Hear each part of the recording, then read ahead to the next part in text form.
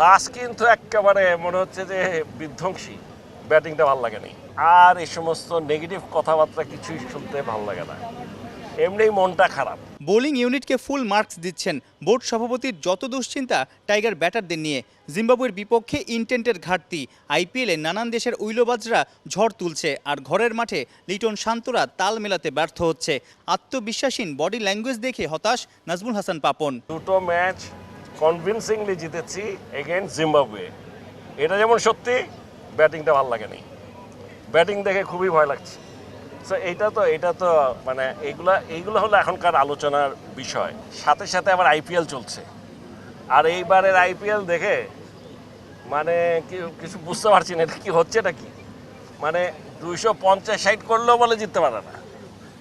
আর আমরা কি করছি, ওরা যেভাবে খেলছে এই খেলার সাথে একটা বিরাট গ্যাপ, এবং এই গ্যাপটা কিন্তু গতবারও মনে হয়নি, এক বছর আগেও এরকম মনে হয়নি, এবার যতটা গ্যাপ মনে হচ্ছে।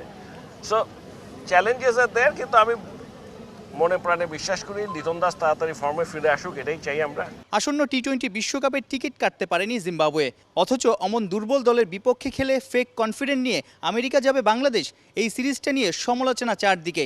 কি ভাবছেন বোর্ড সভাপতি? জিম্বাবুয়ের সাথে এই সিরিজটা is not a preparation for the world cup, এইটা আমাদের এফটিপির খেলা। আর আমি কি এফটিপির খেলা ওদেরকে পয়েন্ট দিয়ে দিব?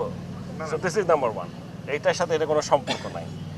আর ইউএসএতে গিয়ে আমরা ইউএসএতে খেলতে চাচ্ছি ওদের কন্ডিশনের সাথে অ্যাডজাস্ট করার জন্য, ঠিক আছে, উইকেট কন্ডিশন, আবহাওয়া সব কিছুতে অ্যাডজাস্ট হওয়ার জন্য।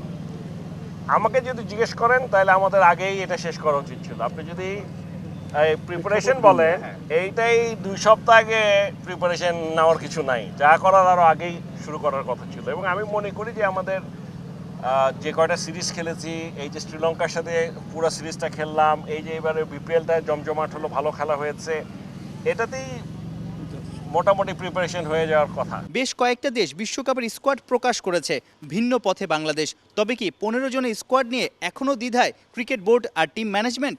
আমার কাছে কোনো সইটই নেয় নাই, এগুলো সব ভুল ধারণা।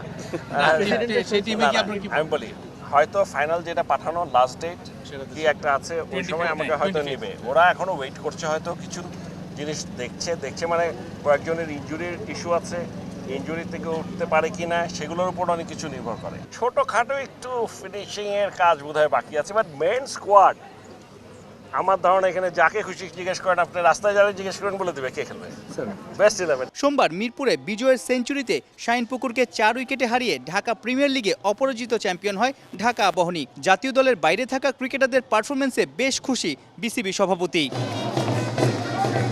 সাইফুর রূপক, 71।